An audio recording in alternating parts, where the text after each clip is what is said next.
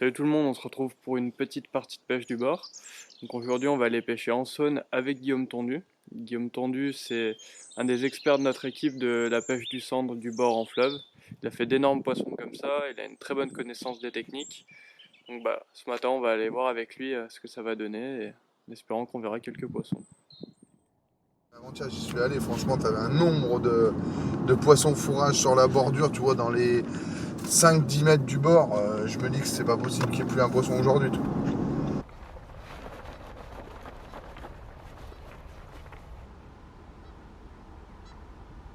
T'as beaucoup de poissons qui sont en dehors de la zone là-bas.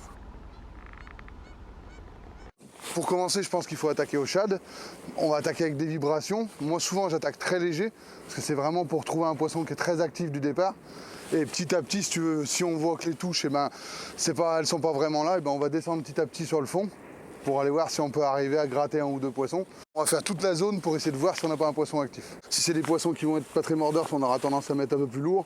Si c'est des poissons qui sont dans la couche d'eau, en pêchant plus léger, généralement, on va réussir à être plus souvent entre deux eaux et on aura plus de chances d'avoir des résultats.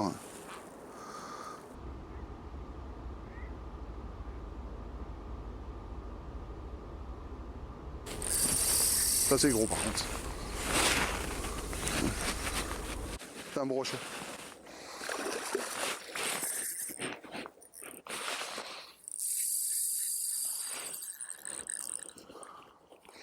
Je me disais que c'était un peu bizarre pour un cendre. On va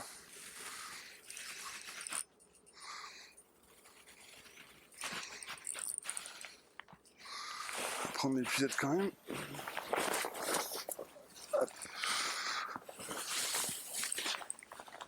Hop là. J'ai juste piqué au bord, hein. Il en fallait pas moins. Ouais, mais en même temps valait peut-être mieux. Ouais, je pense. C'est pas le poisson recherché, mais ouais, ça fait un joli poisson. Ouais, c'est la première touche. Exactement. Prochain c'est un cendre. Allez.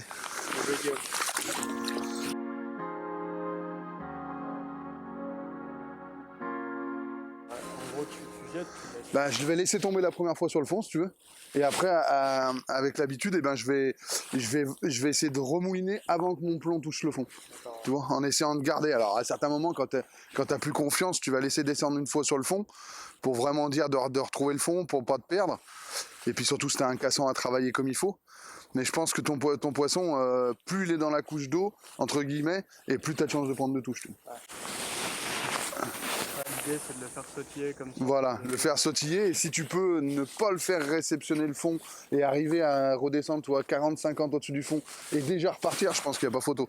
Quand c'est des poissons actifs, pour moi ça fait de la différence complètement. Et la violence des touches, c'est pas la même. Ouais.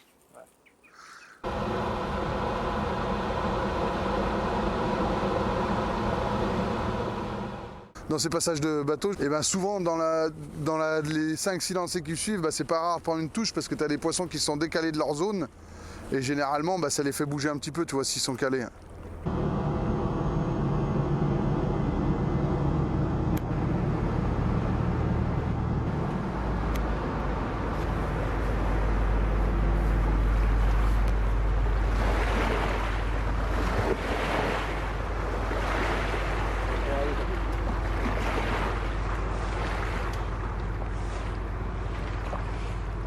On va courir, les ranger.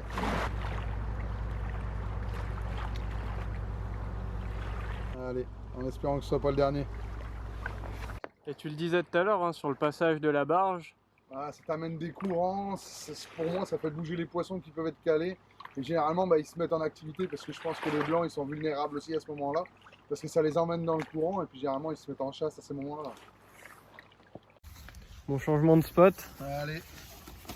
Ça va ressembler à quoi là, ce qu'on va pêcher? Là ça va être un peu pareil, sauf qu'on aura deux postes à pêcher. Un où on aura vraiment une grosse veine de courant et un autre où on aura plutôt une zone calme, avec un contre-courant. Donc on a encore un peu la même configuration, du calme. Et voilà, puis après, du calme et la partie haute où on aura vraiment un courant continu qui va être intéressant à pêcher, où on pourra vraiment faire évoluer les leurres dans le courant, je pense. On va voir ce que ça va donner. Allez, c'est parti. Au départ, voilà, quand j'arrive sur un poste, j'aurai plus tendance à pêcher léger avec des têtes football pour vraiment rester dans la couche d'eau. Et par la suite, si les touches sont pas là, j'aurai plus tendance à monter un gros grammage avec un leurre qui émet moins de vibrations pour essayer d'aller prendre les poissons qui sont plus posés sur le fond.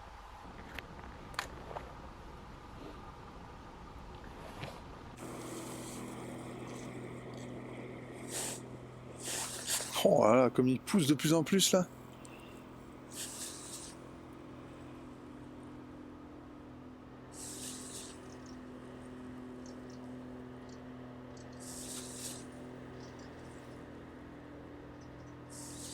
Poisson. Ah, c'était obligé, putain, comme ça poussait de plus en plus là.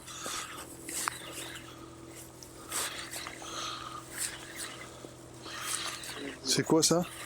Pourri en montant en surface là? Si, c'en est un. Ouais, s'il te plaît.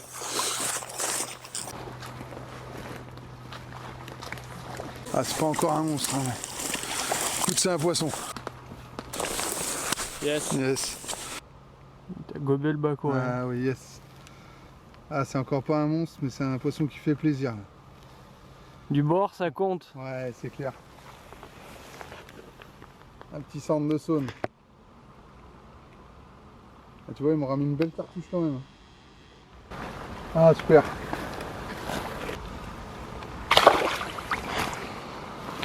Pour la pêche du bord, j'utilise souvent des cannes entre 2,20 et 2,30 avec une puissance de 5,20, 5,30. Voilà, c'est vraiment ce qui correspond par rapport à ces pêches-là. Là, j'utilise la 76M.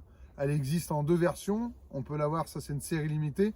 Et elle existe aussi en coloris rouge, en classique, le coloris Teneriu. C'est vraiment des cannes qui vont très bien pour la pêche du bord parce que c'est des cannes qui sont très fast, qui répondent très vite sur les ferrages et à la fois très tactiles qui nous permettent vraiment d'avoir de la sensibilité sur tout ce qu'on va faire et vraiment d'avoir un bon ressenti.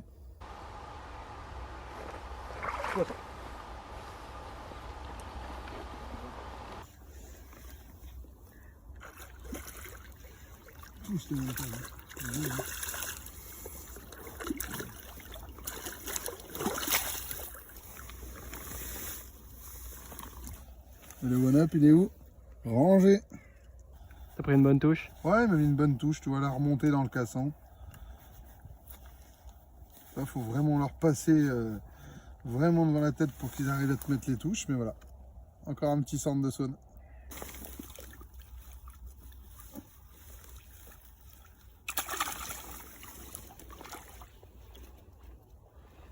Allez, là, il faut changer un peu de vibration, et tu vois comme quoi, des fois ça peut jouer de changer de leurre, les coloris.